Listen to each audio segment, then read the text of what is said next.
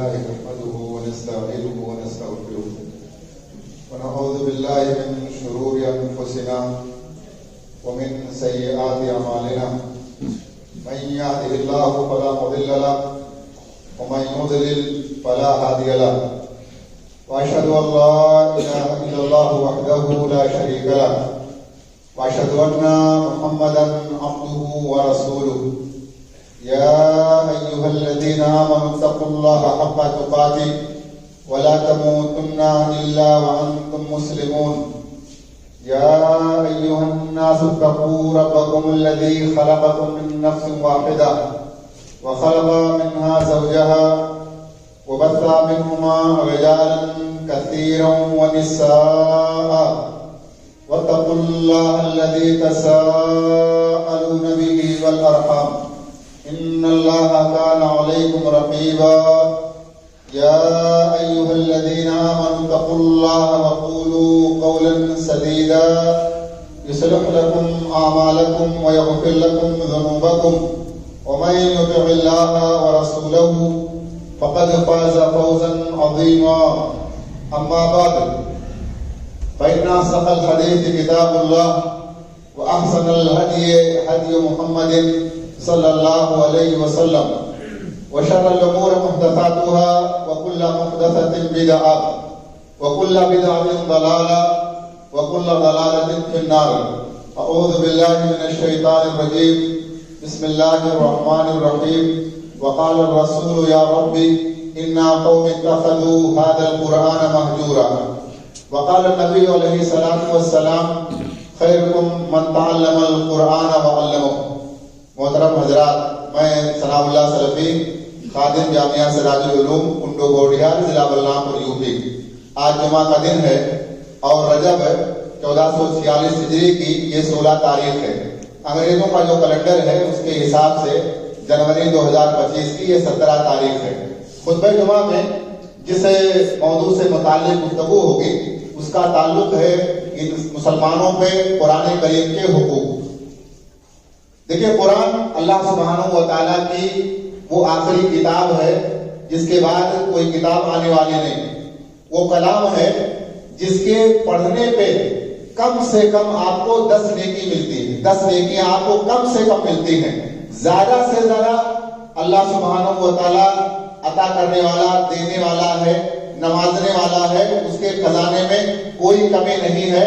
وہ آپ کو کتنا عطا کر دے اور کتنا دے دے اس کا نہ کوئی حد ہے نہ کوئی حساب ہے، اس لیے کہ وہ مالک ہے، مختار کل ہے. اس لیے ہم آج کے اس خطبے کے اس مختصر سے وقت میں جائزہ لیں گے کہ ہم واقعتاً مسلمان ہونے کی حیثیت سے کیا قرآن کریم کے حقوق کی واقعتاً ادائیگی کر رہے ہیں یا نہیں. اگر ادا کر رہے ہیں تو بہت اچھی بات ہے، کرنا چاہیے. اور اگر نہیں کر رہے ہیں تو ہم کو اور آپ کو کرنا چاہیے. جب ہم اس کتاب سے پوچھتے ہیں، اس قرآن سے کہ آخر تو ہے کون، کیا ہے، تو قرآن کریم خود کہتا ہے تنزیل. یہ قرآن کیا ہے؟ یہ نازل کردہ ہے، رب العالمین کی طرف سے یہ نازل کردہ ہے. اور یہ قرآن خود بتاتی ہے کہ اس کی زبان کیا ہے. بلسان عربی مبین، خالص، اچھی، اصلی، اوریجنل عربی زبان میں، بلسان عربی مبین کا. آپ دیکھیں نا کہ نبی علیہ السلام نے جب مکہ کے لوگوں کو دعوت دی، اعلان کیا، تو ظاہر سی بات ہے کہ ان کی زبان عربی تھی. ہماری زبان جیسے دیہاتی ہے، ہم لوگ اودھی زبان بولتے ہیں. اودھی زبان یہ پورا ایریا جو تھا بہار سے لے کر کے اور ادھر پورا ادھر جو ہم لوگ بندیل کھنڈ تک مانتے ہیں، یہ پورا اودھ تھا. بعد میں بہار اور دیگر جو صوبے ہیں وہ بنے ہیں، یا تو بنگال یا تو پھر اودھ. بہرحال یہ قرآن کریم بتاتا ہے، اللہ کا یہ کلام یہ بتاتا ہے کہ میں ہوں کیا. آپ عمل کرو گے تو وہ کیا کرے گا آپ کو. آپ اختیار کرو گے اسے، اس کو آپ فیصل بناؤ گے، اس کو آپ قاضی بناؤ گے، اپنے آپ پر نافذ کرو گے تو ہوگا کیا؟ ہوگا وہی جو 23 سالہ زندگی میں رسول گرامی علیہ السلام اور آپ کے صحابہ نے اس قرآن کی عظمت، اس قرآن کی توقیر، اس قرآن کی قرات، اس قرآن کو اپنے اوپر لازم کر کے کیا تھا. اور دنیا نے دیکھا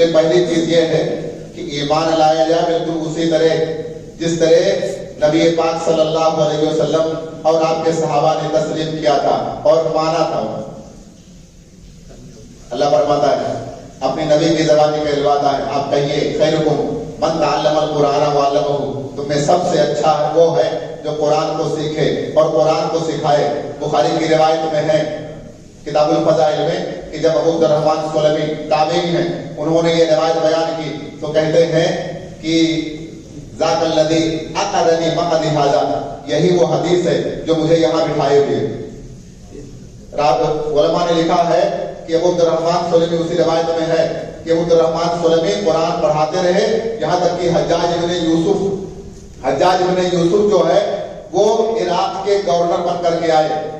لوگ بتاتے ہیں کہ ان کے پڑھانے کی جو مدت ہے نا کم سے کم 38 سال اور زیادہ 50 سال سے بھی زیادہ کا جو ہے وقفہ بنتا ہے. خالص یہ جو آپ چٹائی نشین اور ایک بوریا نشین آپ دیکھ رہے ہیں نا, میں علامہ اقبال کا ایک قول مجھے یاد آتا ہے اس موقع پر. وہ جب ہندوستان میں تھے, غیر منقسم ہندوستان میں, تو کہتے تھے ہمارے اپنے لوگوں کو بھی یورپ کی طرح ہونا چاہیے, امریکہ کی طرح ہونا چاہیے, برطانیہ کی طرح جس کا طوطی بولتا تھا اس طرح ہونا چاہیے. جب وہ لوٹ کر کے آئے تو انہوں نے کہا ان چٹائی نشینوں کو, ان بوریا نشینوں کو ایسے رہنے دو. میں نے یورپ میں تبدیلی دیکھ لی ہے, وہ اندھیرے ہی بھلے تھے کہ قدم راہ پہ تھے, روشنی لائی ہے, منزل سے بہت دور ہمیں. وہ ترقی کون سی ہے جس ترقی کے آنے کے بعد نہ ماں کی تفریق ہے, نہ بیٹے کی تفریق ہے, نہ بہن کی تفریق ہے, نہ چھوٹے کا فرق ہے, نہ بڑے کا فرق ہے. ایک عورت جو ہے نا وہ کیا ہے, کاروباریوں کے لیے, ساہوکاروں کے لیے وہ قابل استعمال ہے اور ٹشو پیپر ہے, اس کے علاوہ کچھ بھی نہیں ہے. بھی کیا ہو ان کی نگاہ میں اس کے علاوہ کچھ بھی نہیں ہے. اس لیے ہمارے لیے ضروری ہے کہ ہم اس خیر میں, خیر کے بہترین کام میں, آج آپ دیکھیں دلی میں جب میٹرو شروع کیا گیا تھا تو دیکھا تھا نیچے کوئی 72 فٹ نیچے مسجد تھی, 72 فٹ نیچے مسجد تھی. مسلمانوں یہ واقعہ بتاتا ہے کہ جب انگریز بہادر آیا اور اس نے 1832 میں یہاں کی جو فارسی زبان تھی اس کو ختم کر کے, سرکاری طور پہ ختم کر کے غیر سرکاری زبان انگریزی کو اس نے 1837 یا اس کے آس پاس نافذ کیا. تو ظاہر ہے مسلمانوں کا اپنا کلچر ہے, ان کی اپنی ثقافت ہے, ان کی اپنی تہذیب ہے. دنیا کے جو ہے کمیونسٹ لوگ مل کر کے ختم نہیں کر پائے تو یہ اسلام کو یا قرآن کو کیا ختم کر لیں گے. وہاں نیچے بیٹھا, ان کو پتا ہے. میں نے ایک واقعہ پڑھا تھا, بلکہ کویت کا ایک غالباً کسی پیپر میں نے پڑھا تھا, بہت دن ہو گیا, کہ مسابقہ ہوا تو قرآن کے بارے میں قرآن پڑھنے والا روس کا ایک بچہ, کمیونسٹ, جہاں پر دین اسلام کا کوئی مسئلہ نہیں تھا, وہاں کا ایک بچہ اول نمبر لے کر کے آیا.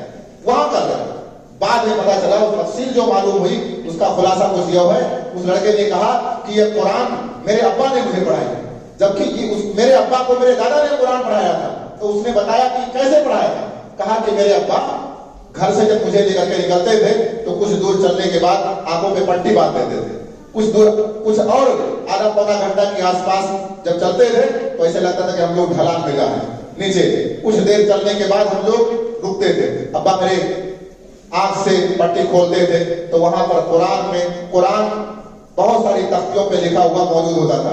وہاں میرے ابا مجھے پڑھاتے تھے, آدھا گھنٹہ پونا گھنٹہ جو بھی ٹائم میرے ابا دے پاتے تھے. کہا جب پڑھا کر کے فارغ ہوتے تھے, وہاں سے آنا چاہتے تھے تو پھر وہی پٹی باندھ دیتے تھے. یہ چھوٹا بچہ ہے, پتہ نہیں یہ بچوں کے ساتھ کھیلتے ہوئے کہہ دے گا کہ میں فلاں جگہ گیا تھا. اس کو احساس نہیں ہے, وہ معصوم ہے, اس لیے جو ہے وہ کیا ہے نہیں سمجھ پائے گا. اس لیے تو اقبال نے کہا تھا نا, خارز مہجوری قرآن شدی شکوا سچ گردش دورہ شدی.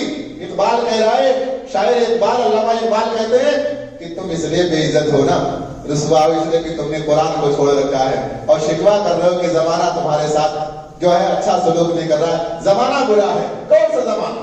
وہ وقت جب محمد عربی علیہ السلام غار ہرا سے پہلی وحی لے کر کے پہلا درس لے کر کے آتے ہیں اور اماں سے فرماتے ہیں ام المؤمنین خدیجہ رضی اللہ عنہا سے، خدیجہ مجھے چادر اڑا دو، مجھے اپنی جان کا خدشہ ہے۔ وہ کہتے ہیں کلا واللہ لا یخزیک اللہ ابدا، اللہ کے رسول ہرگز نہیں، اللہ آپ کو ضائع نہیں کرے گا، عقاب نہیں کرے گا۔